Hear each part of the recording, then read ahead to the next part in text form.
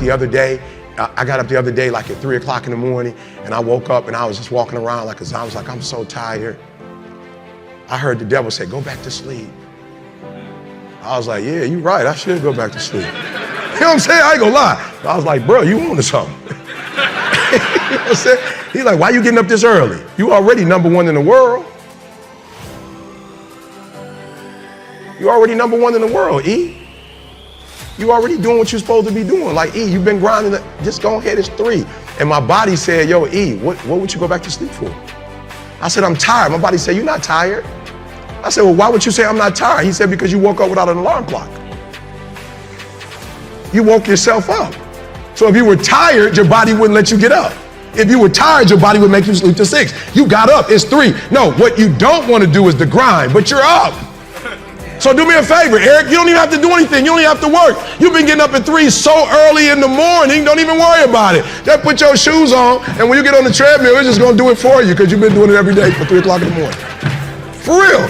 My body said, all you gotta do is put your shoes on. That's the hardest thing you gotta do. Just put your shoes on and I'll do the rest.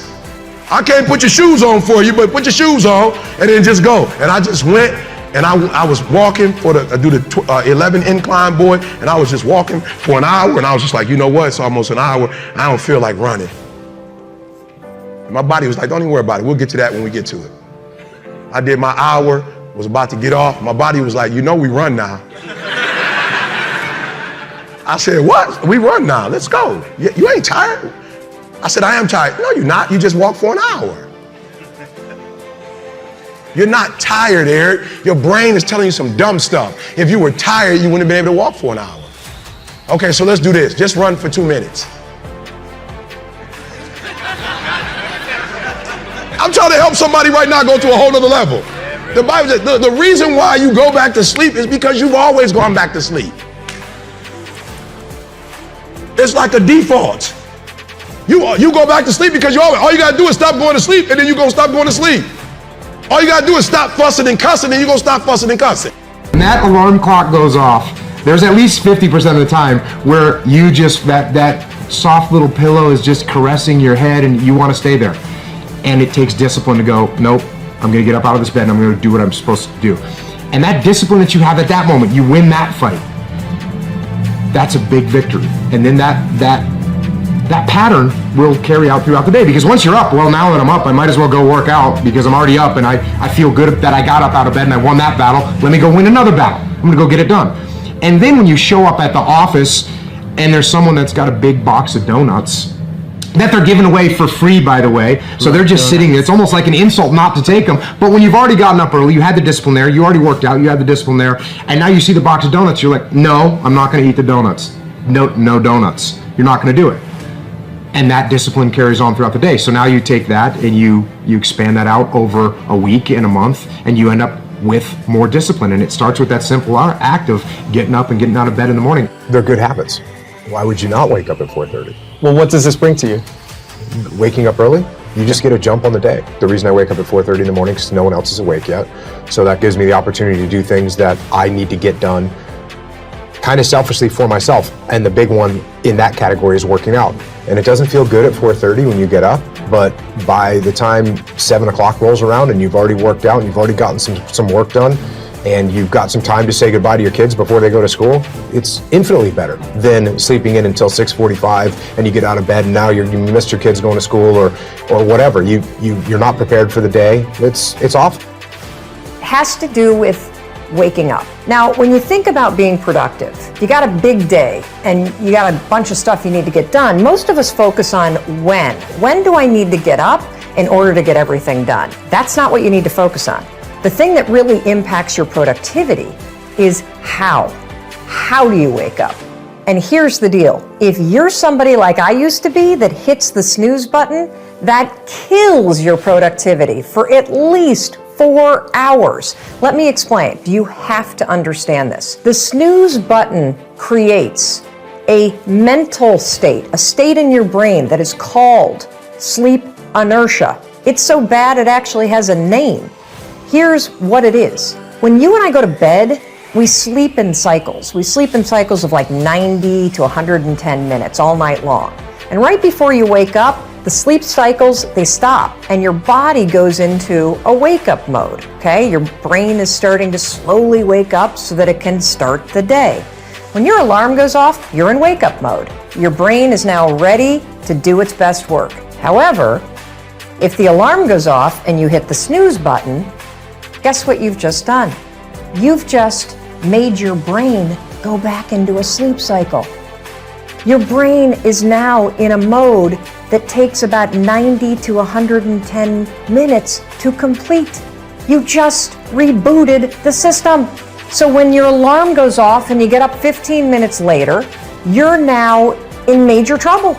And the reason why you're in trouble is because your brain is still locked into a sleep cycle. And this is where sleep inertia comes in. You know how when you hit the snooze button, you wake up and you're like, oh my gosh, I did not get enough sleep last night. You feel so groggy. You kind of feel like this mental hangover. That is sleep inertia. Here's the deal. Your brain, the cortic region of your brain, which is responsible for decision making, attention, alertness, self-control, that sucker is still in a sleep cycle. And now that you're awake, it's going to take the cortical region almost 4 hours to actually snap out of that sleep cycle. That's why you feel groggy. It's because the part of your brain that's responsible for critical thinking and being alert, it's actually still asleep. If you don't already do this, you've got to train yourself to be the kind of person that doesn't use the snooze alarm. Because when you hit the snooze alarm, you're not only putting your brain in a state of sleep inertia, you are directly impacting your productivity, your alertness, and your brain processing for the first 4 hours that you're awake. That's making life harder. I'm all about making life easier. So tomorrow, when the alarm goes off, I don't care how tired you are, I don't care how much you don't want to get out of bed, I want you to remember this. I want you to remember that you've got to wake up and give your brain its best shot to do its best work. And the way you're going to do it is 5, 4, 3, 2, 1, turn off that alarm and get up. Seize the day and go be productive. When you wake up in the morning, your willpower is strongest. When you wake up in the morning, you've got a full well of mental focus. And we know that focus in our world is even more valuable than intelligence. And I could go on the benefits. I mean, you get up at 5 a.m., you've got the world to yourself. There's no crowds. You can think, you can plan, you can care for yourself in a world where so many people are so depleted. And so the 5 a.m. club really is a game changer. And then it's not just get up at 5 a.m. and, scratch your stomach or stare up at the ceiling. Or look at your phone. Or look at, especially not, I believe you can play with your phone or change the world. You don't get to do both. Yeah. And so the 5 a.m. club method is based on the 20-20-20 formula. I'm happy to get into it, but that is tell us what it is. That's the revolutionizer. And it started from my experience with working with many billionaires. I've coached many of the most successful financiers and titans of industry for over 2 decades. And one of the things I would run them through is the way you begin your day sets up the way you live your day. And so the 20-20-20 formula that the book is based upon is pretty simple. I go into great detail in the book, but essentially it's from 5 to 5:20. The first pocket is move. And I'm a fanatic about neuroscience. And why do you get up and move? Because you're going to release serotonin, which is going to make you feel better. You're going to release dopamine, which is the pleasure and inspirational neurotransmitter. You're going to release norepinephrine, which will boost your focus. You'll promote neurogenesis. Marie, you can actually grow new brain cells. Oh, You're hell going to increase your metabolic rate. So the way you feel when you first wake up is not the way you're going to feel at 5:20. Second pocket of the 20-20-20 formula, 20 minutes from 5:20 to 5:40, that's on reflection. So a lot of us are busy, but what's the point of being busy if you're doing the wrong things? The billionaires, the great creatives, the people of great impact, the people who live beautiful lives are very intentional. They're very deliberate, they're very conscious. So for 20 minutes, you write in a journal, you can visualize, you can pray, you can meditate, you can simply contemplate. how you're going to live your day, what you want to stand for during the day, for example. And then the final pocket of the 20-20-20 formula is all about grow. And that's where you just read from a biography or a business book or a philosophy book or a... Or watch a Marie TV. Well, especially watching Marie TV. That's, yeah, of course. That's the game changer, isn't it? And so that's 20 minutes of growing because I think we're most alive when we are growing. Yes. And I believe the leader who learns the most wins.